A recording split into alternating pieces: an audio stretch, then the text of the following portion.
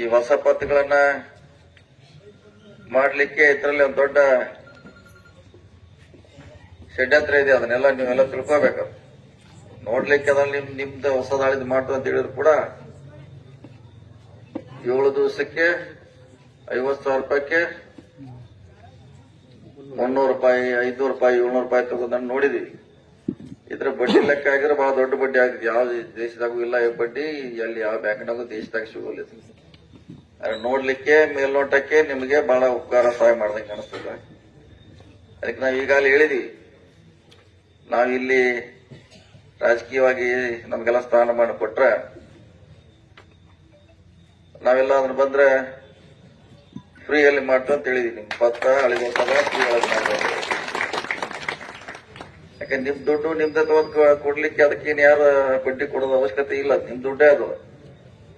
2 ದಿವಸ ನಾವು 3 ದಿವಸ ಇಟ್ಕೋತೀವಿ ಅಷ್ಟೇ. ಅಷ್ಟಕ್ಕೂ 50,000ಕ್ಕೆ 300 ರೂಪಾಯಿ ತಗೋತೀವಿ ನಾವು. 500 ತಗೋತೀವಿ. 1 ಲಕ್ಷ ಮೇಲಿದ್ರೆ 700 ರೂಪಾಯಿ ಬಡ್ಡಿಯನ್ನ ಬಡದು ಮತ್ತು ನಿಮ್ಮ ದುಡ್ಡು ನಿಮ್ಗೆ ಕೊಡಕ್ ಮತ್ ನಾವು ಬೆಳ್ಳಿ ಮೂರ್ತಿ ಒಂದು ಕೊಡ್ಬೇಕು. ಅದಕ್ಕೆ ಬೆಳ್ಳಿ ಗದಾರ ಕೊಡ್ಬೇಕು, ಬೆಳ್ಳಿ ಗಣಪತಿನಾರ ಕೊಡ್ಬೇಕು, ಮೂರ್ತಿಯಾರ ಕೊಡ್ಬೇಕು. ದುಡ್ಡು ಯಾರ್ದ? ಸರ್ಕಾರ ದುಡ್ಡ.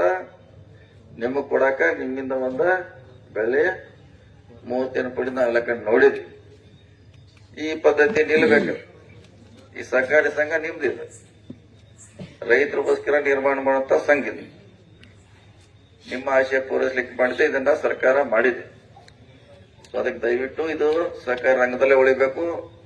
ಅಲ್ಲಿ ಯಾರು ಕೂಡ ನೀವು ಯಾರಿಗೂ ಹೇಳದೆ ನಿಮ್ಮ ಒಂದು ಫೋನ್ ಮೇಲೆ ಆ ಕಚೇರಿಗೆ ಹೋದ್ರೆ ನಿಮ್ಮ TC ಬರಬೇಕು, ನಿರಂತರ ಜ್ಯೋತಿ ಆಗಬೇಕು, ಎಲ್ಲಾ ಮೂಲ ಸೌಕರ್ಯಗಳನ್ನ ಅದು ಕೊಡ್ಲಿಕ್ಕೆ ಭದ್ರ ಆಗಬೇಕು.